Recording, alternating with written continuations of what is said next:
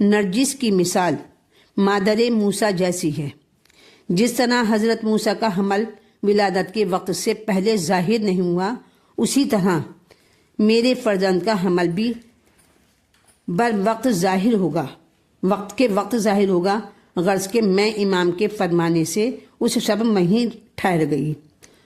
لیکن جب آدھی رات گزر گئی تو میں اٹھی اور نماز تہجد میں مشغول ہو گئی، اور نرجس بھی اٹھ کر نماز تہجد پڑھنے لگی۔ اس کے بعد میرے دل میں یہ خیال گزرا کہ صبح قریب ہے اور امام حسن عسکری علیہ السلام نے جو کہا تھا وہ ابھی تک ظاہر نہیں ہوا ہے۔ بس اس خیال کے دل میں آتے ہی امام علیہ السلام نے اپنے حجرے سے آواز دی کہ اے پھوپھی، جلدی نہ کیجیے، حجت خدا کے ظہور کا وقت بالکل قریب ہے۔ بس یہ سن کر میں نرجس کے حجرے کی طرف پلٹی۔ نرجس مجھے راستے ہی میں ملی، مگر ان کی حالت اس وقت متغیر تھی اور ان کا سارا جسم کانپ رہا تھا۔ میں نے یہ دیکھ کر ان کو اپنے سینے سے لپٹا لیا اور سورہ قل ھو واللہ احد اور انا انزلنا یہ صورتیں اور آیت الکرسی پڑھ کر ان پر دم کیا۔ بس بطن مادر سے بچے کی آواز آنے لگی، یعنی میں جو کچھ پڑھتی تھی وہ بچہ بھی بطن مادر میں وہی کچھ پڑھتا تھا۔ اس کے بعد میں نے دیکھا کہ تمام حجرہ روشن و منور ہو گیا۔ اب جب میں دیکھتی ہوں تو ایک مولود مسعود زمین پر سجدے میں پڑا ہوا ہے، زمین پہ سجدے میں پڑا ہوا ہے۔ میں نے بچے کو اٹھا لیا۔ حضرت امام حسن علیہ السلام نے اپنے حجرے سے آواز دی، اے پھوپھی، میرے فرزند کو میرے پاس لائیے۔ میں لے گئی تو آپ نے اسے اپنی گود میں بٹھا لیا اور اپنی زبان بچے کے منہ میں دے دی اور کہا، اے فرزند، خدا کے حکم سے کچھ بات کرو۔ تو بچے نے اس آیت کو پڑھا، بسم اللہ الرحمن الرحیم، جس آیت کا ترجمہ یہ ہے کہ ہم چاہتے ہیں کہ احسان کریں ان لوگوں پر جو زمین پر کمزور کر دیے گئے ہیں، اور ان کو امام بنائیں اور انہیں کو روئے زمین کا وارث بھی قرار دیں۔ بس اس کے بعد کچھ سبز طائروں نے آ کر ہمیں گھیر لیا۔ امام حسن عسکری نے ان میں سے ایک طائر کو بلایا اور بچے کو دیتے ہوئے کہا، اس کو لے جا کر اس کی حفاظت کرو یہاں تک کہ خدا اس کے بارے میں کوئی حکم دے، کیونکہ خدا اپنے حکم کو پورا کر کے رہے گا۔ تو میں نے امام حسن عسکری سے پوچھا، یہ طائر کون تھا اور دوسرے طائر کون تھے؟ تو آپ نے فرمایا کہ یہ جبرائیل تھے اور وہ دوسرے فرشتگان جو تھے وہ رحمت تھے۔ اس کے بعد فرمایا، اے پھوپھی، اس فرزند کو اس کی ماں کے پاس لے آؤ تاکہ اس کی آنکھیں خنک ہوں اور محزون مغموم نہ ہو اور یہ جان لے کہ خدا کا وعدہ حق ہے، لیکن اکثر لوگ اسے نہیں جانتے ہیں۔ اس کے بعد اس مولود مسعود کو اس کی ماں کے پاس پہنچا دیا گیا، یعنی حق آیا اور باطل مٹ گیا اور باطل مٹنے ہی کے قابل تھا۔ حکیمہ خاتون جب نرجس کے پاس آئیں تو دیکھا کہ ایک مولود پیدا ہوا ہے جو مختون ہے، یعنی جس کا ختنہ ہوا ہے، اور نہلانے دھلانے کے کاموں سے جو مولود کے ساتھ ہوتے ہیں بالکل وہ بھی مستغنی ہیں۔ حکیمہ خاتون بچوں کو امام حسن عسکری کے پاس لائیں اور امام نے بچوں کو لیا اور اس کی پشت اقدس اور چشم مبارک پر ہاتھ پھیرا، اپنی زبان مطہر ان کے منہ میں ڈالی اور داہنے کان میں اذان اور بائیں کان میں اقامت کہی۔ آپ کی ولادت چھپائی گئی اور پوری صحیح کی گئی کہ آپ کی پیدائش کسی کو معلوم نہ ہو سکے۔ آپ کی ولادت اس لیے چھپائی گئی کہ بادشاہ وقت پوری طاقت کے ساتھ آپ کی تلاش میں تھا۔ اس کا مقصد یہ تھا کہ حضرت حجت کو قتل کر کے نسل رسالت کا خاتمہ کر دے۔ آپ کی پرورش کا کام جناب جبرائیل علیہ السلام کے سپرد تھا اور وہی آپ کی پرورش کرتے تھے۔ ظاہر ہے کہ جو بچہ ولادت کے وقت کلام کر چکا ہو اور جس کی پرورش جبرائیل علیہ السلام جیسے مقرب فرشتے کے سپرد ہو، وہ یقیناً دنیا میں چند دن گزارنے کے بعد بہر صورت اس صلاحیت کا مالک ہو سکتا ہے کہ وہ اپنی زبان سے حجت اللہ ہونے کا دعویٰ کر سکے۔ ایک دن حضرت امام حسن عسکری کی خدمت میں حاضر ہوئے اور انہوں نے خیال کیا کہ آج امام علیہ السلام سے یہ دریافت کریں گے کہ آپ کے بعد حجت اللہ فی الارض کون ہوگا۔ جب سامنا ہوا تو امام حسن عسکری نے فرمایا، اے احمد، تم جو دل میں لے کر آئے ہو اس کا جواب تم ہی دو۔ تو انہوں نے کہا، میں دیتا ہوں۔ یہ فرمایا آپ اپنے مقام سے اٹھے اور اندر جا کر یوں واپس آئے کہ آپ کے کندھے پر ایک نہایت خوبصورت بچہ تھا جس کی عمر 3 سال کی تھی۔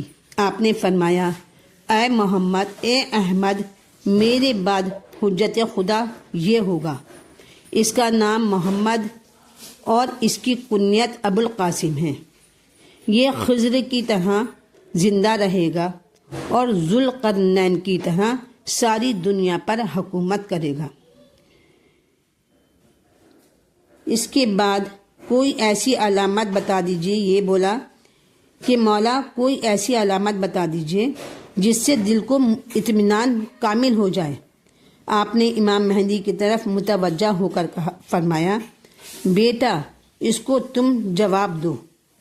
امام مہدی علیہ السلام نے کم سنی کے باوجود بزبان فصیح فرمایا، انا حجت اللہ و انا بقیت اللہ، میں ہی خدا کی حجت اور حکم خدا سے باقی رہنے والا ہوں۔ ایک دن وہ آئے گا جس دن میں دشمنان خدا سے بدلہ لوں گا۔ بس یہ سن کر احمد خوش اور مسرور اور مطمئن ہو گئے، اور آپ نے فرمایا کہ میرا فرزند محمد میرے بعد حجت اللہ فی الارض ہوگا۔ ہم نے عرض کی، مولا ہمیں ان کی زیارت کرا دیجیے۔ تو آپ نے فرمایا، وہ پردہ جو سامنے آویختہ ہے اسے اٹھاؤ۔ تو ہم نے پردہ اٹھایا تو اس سے ایک نہایت خوبصورت بچہ جس کی عمر 5 سال تھی برآمد ہوا، اور وہ آ کر امام حسن عسکری کی آغوش میں بیٹھ گیا۔ امام نے فرمایا کہ یہی میرا فرزند میرے بعد حجت اللہ ہوگا۔ ہم اس وقت 40 افراد تھے اور ہم سب نے ان کی زیارت کی۔ امام حسن عسکری نے اپنے فرزند امام محمد مہدی کو حکم دیا کہ وہ اندر واپس چلے جائیں، اور ہم سے فرمایا، چنانچہ ایسا ہی ہوا، آج کے بعد پھر اسے نہ دیکھ سکو گے تم۔ چنانچہ ایسا ہی ہوا، پھر غیبت شروع ہو گئی۔ حضرت امام مہدی علیہ السلام میں بہت سے انبیاء کے حالات و کیفیات نظر آتے ہیں، اور جن واقعات سے مختلف انبیاء کو دوچار ہونا پڑا وہ تمام واقعات آپ کی صفات میں دکھائی دیتے ہیں۔ محمد مہدی علیہ السلام میں بہت سے انبیاء کے حالات اور کیفیت نظر آتے ہیں۔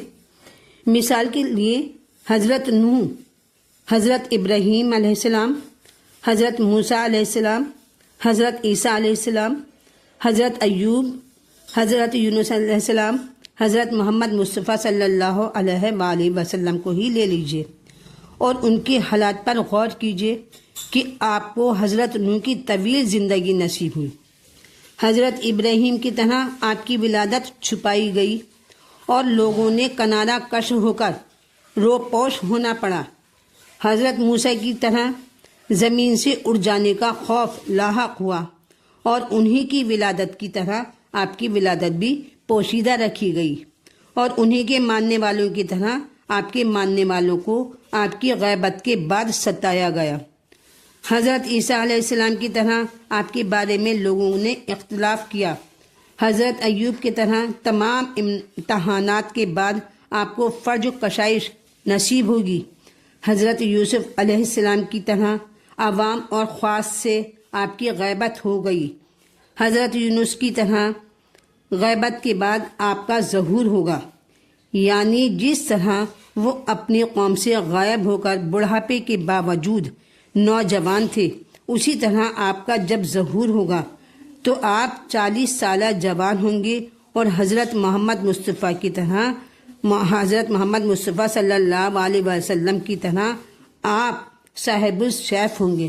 اور جو بھی میرے چینل پر فرسٹ ٹائم آئے ہیں وہ میرے چینل کو سبسکرائب کریں، لائک کریں، شیئر کریں۔